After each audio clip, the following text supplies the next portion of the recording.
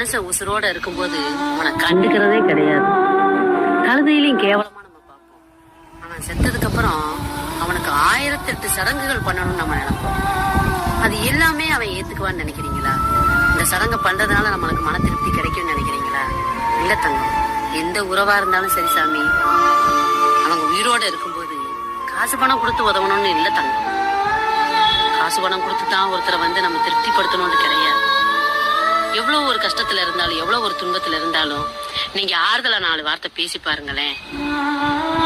கொஞ்சம் அவங்க கிட்ட சிரிச்சு பேசி பாருங்க தங்கம். உண்மையிலேயே அது மாதிரி அவங்களுக்கு ஆறுதல் எதுவுமே கிடையாது தங்கம்.